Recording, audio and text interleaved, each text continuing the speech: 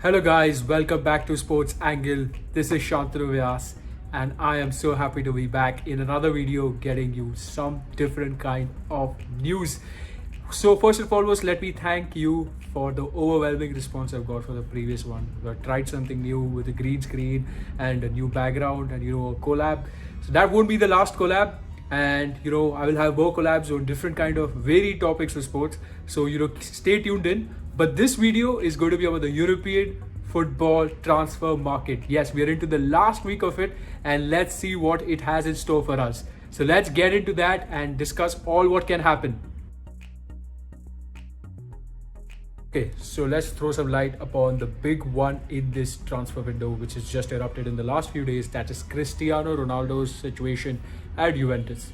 This situation has certain parts to it, and they're very, very conflicting, and they're sort of contradicting. Because the first part are the reports from Italy, which says that he's unsettled in the squad. He is not not very happy, and Allegri does not have him in his plans for the upcoming season. However, in Spain, sort of something not very similar, but another manager named Carlo Ancelotti of Real Madrid has him in his plans for the upcoming season. So, some people have said that he might make a sensational return to Real Madrid, and to which he responded saying that, Cristiano Ronaldo said that, he has the Real Madrid fans in his heart and the memories very, very close to him and he cherishes them, but he does not see that as a possibility. Now let's talk about the third part of it, which is sort of contradictory as well, because there are certain reports coming out of Portugal saying that he might be linked to Manchester City or PSG. Now PSG cannot afford him because of the fat wage bill they have of approximately 250 million pounds. Now that's a fat wage bill, and if they have to do that, they will have some troubles with the financial fair play of UEFA. Now I don't see him ending up at City. I don't see him ending up at PSG. Real Madrid will not go for him, and I'll tell you why. Real Madrid are planning to go for Mbappe. Yes, they are. They might probably, have two parts to that story. The first part is they pay a substantial fee right now to PSG and get Mbappe, or they wait till next season and get Mbappe on free. Either way, I do feel that Mbappe does not want to be staying at PSG because he's refused a contract and he would like to play at Real Madrid. And this is quoted by Fabrizio Romano as well. And they believe that not much of movement on the Mbappe situation might happen, so maybe Mbappe might just stay at PSG for a year, not sign the contract, and let's see what happens. Maybe he's in that kind of a state of mind. Now this is to talk about Real Madrid and Cristiano Ronaldo. Let's move our attention towards England. The English Premier League has kicked off and it has been absolutely pandemonium.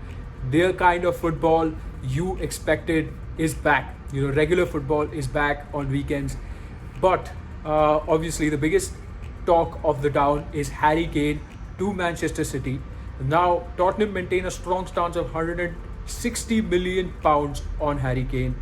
Man City have already made an offer before of 120, which has been rejected, and an offer before that of 100 million inclusive of certain players from City, and that has been rejected as well. So it's kind of a poker game. I think both of them are just waiting who bends first and who shows that they want to retain the player more.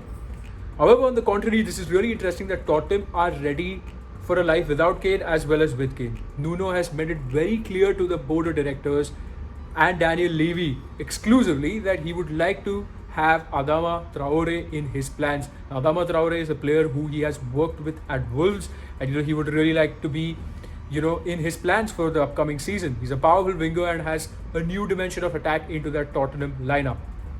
So that's that about the Kane situation and what they might do with that.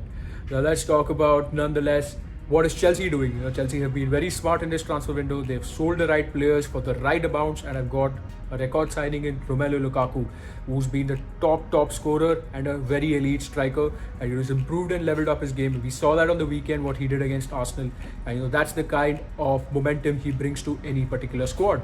However, what Chelsea are looking to strengthen are their midfield. They need a midfielder, who can, give certain competition to Kante and, have more technical and more strength ability to that particular part of his game. And now let's talk about that, who are they targeting? They're targeting Saul Niguez of Atletico Madrid. They have approached Atletico with a loan option to buy.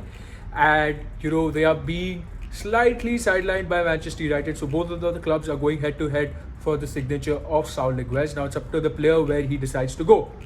Now the Manchester United situation is very interesting because they want to go for Camavinga, because Camavinga again has a sort of very Kylian Mbappe-esque situation where he might want to go to a certain club for free, but right now he could be gone for as little as a sum for 30 million. Now, Camavinga is a huge talent across Europe. Every club has kept an eye on him. Now next year the competition just increases, so Manchester United would like to pay that 30 million fee and get him. However, Camavinga has really set his eyes on PSG, so I don't know what is going to be the situation for him. But the interesting fact is Saul Niguez and Eduardo Camavinga have the same agent in Jonathan Barnett, who is the agent of Wayne Rooney. So obviously Manchester United can leverage their relationship with Jonathan Barnett, and probably if they can work that magic, nothing like it, they get a hand of one of these two midfielders, is really good. Now the third option for them is Ruben Neves, so the situation is very dull at the moment out there, so we don't know what is happening. Now let's talk about Chelsea's outgoings. They have had an agreement with West Ham for Kurt Zouma. He's their academy centre back. He's been really good for them in certain matches. However, he would like more playing time, and that's why he looks to go to West Ham. He's also seeking an agreement on personal terms with West Ham, because Chelsea have already had kind of a gentleman's agreement in which they would like to let the player go if he has an agreement with the club. Now obviously if Chelsea are ready to go for that particular deal and they let Zouma go, obviously that opens the door for Jules Koundé of Sevilla. Yes, so Chelsea might submit a formal offer to Sevilla and get that deal through, and if they get that deal through, they might have a hand on such a good centre back who has been monitored through all around Europe. The likes of Manchester United, Real Madrid have all scouted Jules Koundé really extensively. Now let's move on to another London club which is not having the best of times at the moment, which is Arsenal. So we can talk about Arsenal and the Willian situation. He's expressed that he's not really happy at the club because their plans and their actions have not been in alignment. The player's father has come out in the press and said that he's not been very happy with Arsenal's approach as to how they've gone about their signings, how they've gone about what they are also playing on the pitch. It's not ambitious enough for Willian apparently. So I don't know whether he will be staying at the club or not. That was his father's quote. I do believe he will leave because at the end of the day, Arsenal are looking to rebuild and they're looking to revamp their particular squad. So that is about Willian. Now let's move on to Spain. Not much happening in Spain either. Like I told you about the Atletico situation, I told you about the Real Madrid situation. But to talk about more, I think Pedri has had a wonderful season. He's played 70 games, so literally 4 games every day, and that has been very taxful on his health. And he's finally gone on vacation. Looking at that, I was relieved he's gone on vacation. But yes, Barcelona want to pin him down for the long term, and they will discuss a contract renewal with him as soon as he's back from vacations. So that's about that. Now let's talk about the transfer market a bit from an overview perspective. So this is the last week of the European football transfer market. So now what does this say? We have had such a good transfer window. We've seen Messi go for free to PSG. We have seen Sergio Ramos going to PSG. We have seen Jadon Sancho make that move to Manchester United finally after 17 months of hard negotiations. Rafael Varane to Manchester United. These are deals which I would probably do on some FIFA manager mode. I don't see these deals happening. You don't see these deals even on an expectation basis. You will never see them on anybody's wish list, or any fan even having a wild run on Twitter will ever be able to predict these things. So it's been a whirlwind of a particular transfer window, and knowing that so many big names are yet to be featured, or probably to complete a transfer or not to complete a transfer, still to be featured, like the likes of Ronaldo, Mbappe, Kane. They're still what a 1 week it might be if all these guys end up at different clubs than what they are at in the present. That will be really interesting to see, and I think that will be the icing on the cake. That will be really also I wouldn't say it changes the dimension of football. It does not eclipse the fact that good managers win trophies. It also shows the evolution and the ambition of every club. For example, now if you talk about Chelsea, Chelsea have won the European championship.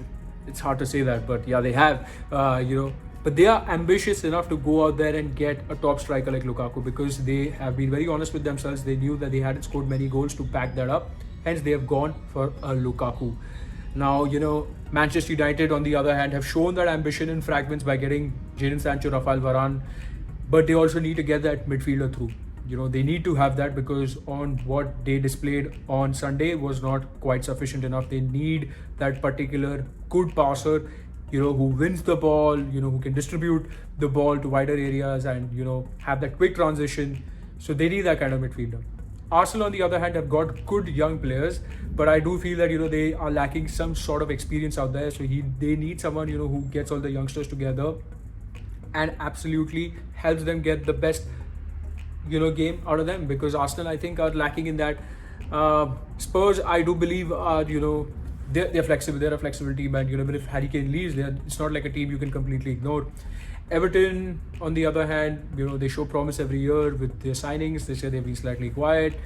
So let's see. And the likes of Bayern Munich are always strong. Lewandowski, I heard, might want to leave, but I don't know. I don't think so. He will. He might sign a new contract. On the other hand, I do believe that the Real Madrid will be back in the transfer window next year, and they've already got Valverde back. They've renewed his contract, so that also helps them. However, let's see what Barcelona does in the transfer market in terms of like whether they will go for someone new. I mean, they can't, but let's see if they do anything like that. But I do feel their primary focus will be on renewing certain contracts for certain players. Now let's see what happens. But thank you for watching this video. Do like, share and subscribe, and comment down below which you think will be the wildest transfer which will happen in this last week. I'm looking to hear that, and I'm looking to read that, and let's see